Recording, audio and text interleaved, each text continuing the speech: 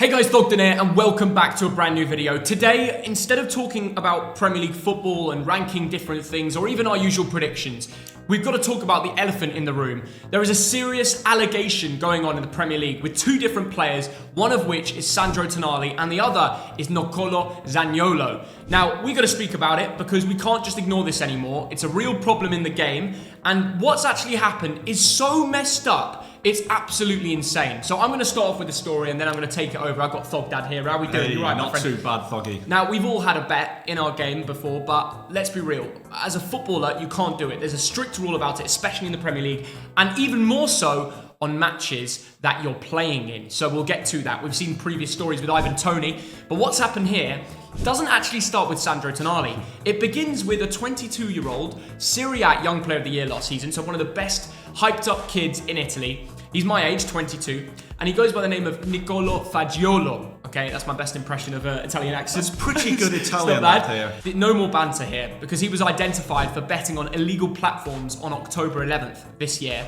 And just 6 days later, the Italian Football Federation awarded him a 7-month footballing ban and an undisclosed fine.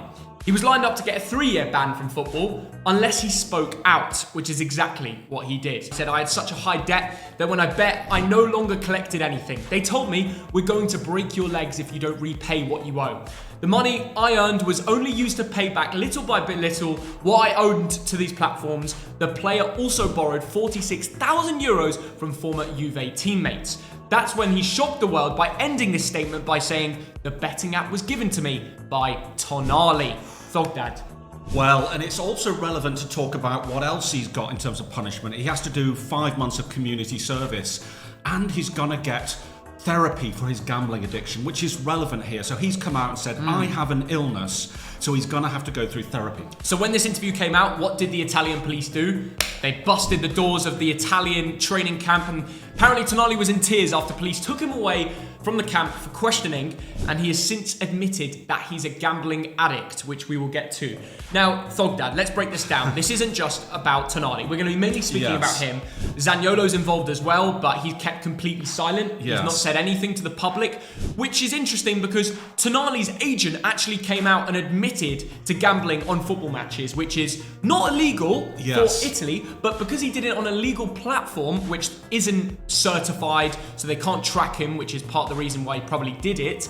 That is why he's in trouble here, right? And this is the relevant thing, Theo. And let's go back to last Thursday. This is like a Hollywood movie. Yeah. There was a police raid. The Italian footballers are training. Italians love to do things like it's The Godfather. Like they're busting the gates down. True. and I don't like that. I don't like the fact that the Italian police did it that way. They stormed in. The flying squad in Turin, they flew in and they took tablets. They took mobile phones and all that. Didn't have to be done. Zaniolo, Fagioli, Tonali, all other people involved, they took everything because they want to find as much information as possible. And they do, Theo. And there are 2 investigations going on here, and this is very relevant. One is by the Italian prosecutor, and one is by the Italian Football Association. In other words, like you say, Theo, in Italy, gambling is legal, but only if you do it in certain places, certain approved bookmakers. Footballers can't bet on football. They know that. It doesn't matter where. Theo, the key here is that the allegation is that the use of an illegal betting site. Yes. But there are 2 questions here. Question number 1, did he use an illegal betting site? Okay. He did. I've already seen the website. If he is found guilty of that, Theo, there are not sporting sanctions. There are fines. I can confirm this for you. And there could be criminal proceedings. I went to the level of research where I actually went and checked out the websites. They're the most dodgy thing in the world. Nobody's ever heard of them. I wouldn't even gamble on them because I wouldn't trust. He knows a player who knew a player who's bet on there, and they thought they could get away with it because their name wouldn't be in the limelight. That's what they've done here. It's absolutely certain. Now, some of these betting sites have closed down since because of the allegations. They don't want to get in trouble. It's so obvious that Tonali did it that even his agents admitted it. The question is now, what is the suspension? There's 2 things. There's 2 questions, like I said, Theo. The first one, did he use an illegal betting site? But the second one, and this is more important for Newcastle fans and for the football world, did he bet on football? Because according to Italian law, according to the sporting code, I think it's Article 24 or something like that, If you did, then you might be banned from football for up to 3 years. You'd also get a fine. I think the fine is €45,000, something like that. That's irrelevant to Tonali, but he could be banned from football for up to 3 years. And thanks to Gazzetta Italy, they've reported that Tonali has since admitted to betting on AC Milan matches. However, the Italian international only bet on Milan to win when he wasn't involved in the squad. What do you think about that? I think, first of all, Theo, there's a lot of rumours circulating in this whole story. Like I said, it's like a Hollywood movie. And it doesn't help it's an international break, right? Because all the news is now focused on this one man. I think a very important thing here, Theo, is that Tonali seems to be cooperating fully with the Italian prosecutor and with the Italian Football Association. Well, he has to. He doesn't have to. Well, he could come out and say, I am completely innocent. And then when they find all the information on his phone, which obviously he's left around... That's what he's got to weigh up. Fagioli has ratted him out. That's the fact. He's publicly said what Tonali's done. You cannot now say, oh, no, I did nothing, because that fine will be 5 years. And this is You'll end his career. This is another interesting thing. Under Italian law, Theo, imagine you're in the dressing room and you know that your teammates have bet on an illegal site. Yeah.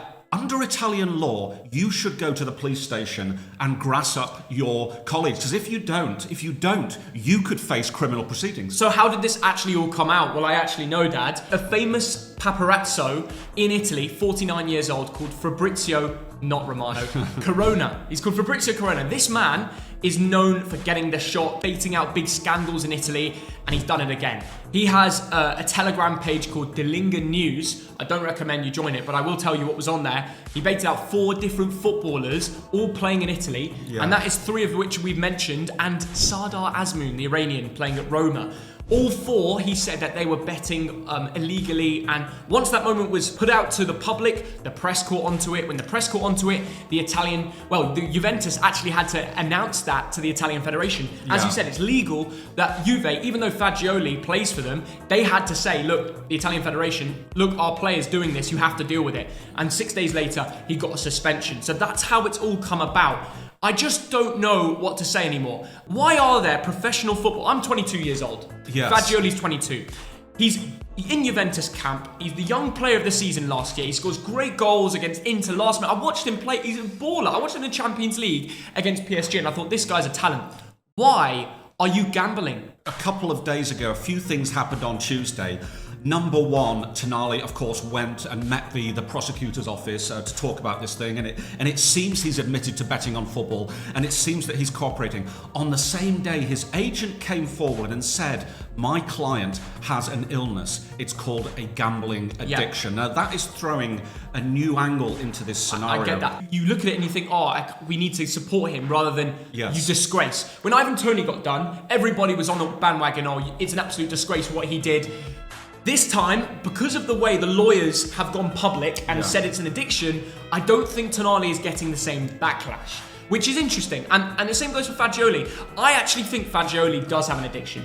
Because why would he do it? Why would you do it when you're a 22-year-old?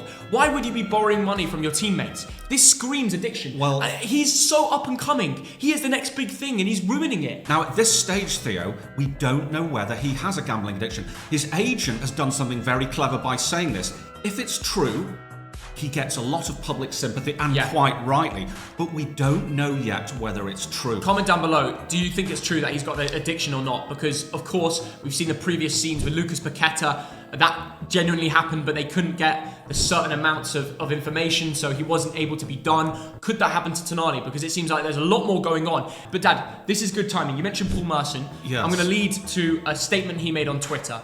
Just want to wish Sandro Tonali all the best from this horrible addiction, and I hope FIFA and everyone else goes easy and to understand that this is an illness and to stop throwing out big bans and to help people get help. I understand if someone is playing in a game and is betting on the other team, then a ban should be imposed, but people need help, Dad. Theo, that is a very unwise comment to make at this point in time, and I'll tell you why. First of all, gambling addiction is a big problem in society. It's a big problem in football, and later on I want to talk more about the gambling industry and football. So I'm not saying it's not a problem. Obviously, it's something that ruined Paul Merson's life for a very long time. It's ruined the lives of many, many people, Theo. Yeah. But this case is not yet decided by the Italian prosecutor. It's not yet decided by the Italian FA. As an allegation, there's a comment there that this gentleman, Tonali, might have a gambling addiction, but that is not proven, Theo. It's not. I want to bring you on to a real serious topic that we're all going to say, this is all conspiracy. All right, we don't know yes or no. Don't quote us on this at all. But do you think AC Milan abruptly sold Sandro Tonali in the middle of the summer for £55 million when they were building something great? Sandro, to me, I'll look from my perspective as someone who's a football fan of European clubs, I thought he would be a one-man team from the moment he joined AC Milan. Yes. I know he played for a club previously, but I thought he would never leave Milan. He seemed like he loved the fans loved him, he was always welcome back, he always gave it everything. They got to a Champions League semi-final. It was a good season. Why, all of a sudden, in a click of a finger, Newcastle bid comes in, accepted, gone. 55 million. Very questionable how that happened quite early on in the summer as well. Milan fans didn't understand. I didn't get it. So, Dad, do you think they knew something? Well, he cried when he left AC Milan and he said, I wanted to be here all my life. And the whole footballing world and Newcastle fans and pundits were saying, wait a minute, how have you got one of the best midfielders in the world for 55 million quid? You've got a bargain. It's almost too good to be true. Now, obviously, there are whispers. How much did AC Milan know? Did Newcastle know anything? Why did it happen? They remain whispers. Well, Dad, Theo. what we know is that part of the Italian squad knew about this. That's why it's gone public. Fagioli mentioned it, and that's how Tonali got in trouble. I think, personally, this is my conspiracy. Someone at AC Milan knew that he might have an addiction of some sort and thought, we're not going to risk it. Before this all comes out, we're selling him. Personally, that's my conspiracy. This is, and we have to point out that's conspiracy, that's speculation, that's allegations. You have no proof for that. You're not close enough to it. Nothing. And I haven't asked anyone for comments. That is complete conspiracy talk. But let me know in the comments if you agree. Now, Dad, can I just bring this on? We need to mention one final thing. What will the Geordies do? Will they go into a lawsuit with AC Milan? Well, right now they're in a lawsuit with HMRC already, so they're busy guys. I don't think they'll do that. But Newcastle United have now, and this is reported today, have put on red alert to sign a new midfielder in January.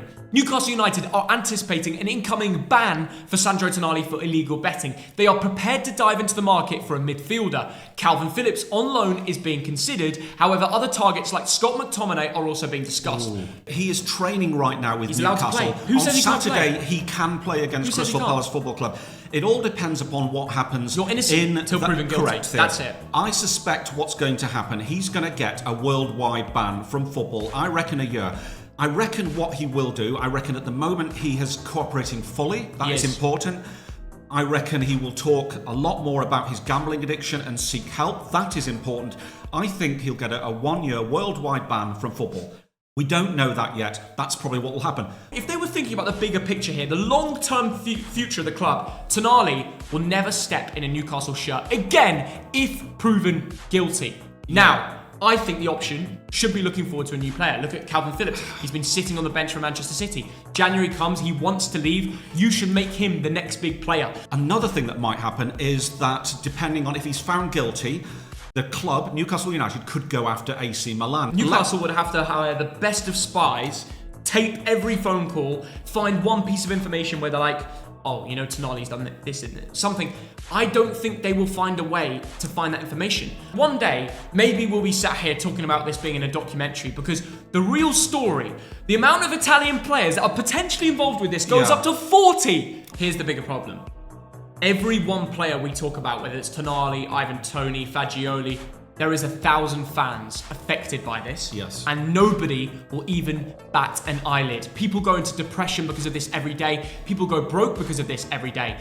We don't speak about this, but we set the players as an example to what is a bigger problem. It is time now to ban betting in football because people are losing everything they've got due to this. And it's coming from right at the very top because that is what addiction does. That's my personal view. And until we step in and fix this ongoing problem, I don't think we'll ever get out of it. That's how I want to end this video. Please like if you agree, comment if you don't. We're going to be listening to a lot of opinion here. It's a very opinionated topic, but have a great rest of your week. Take care. Bye-bye. See you.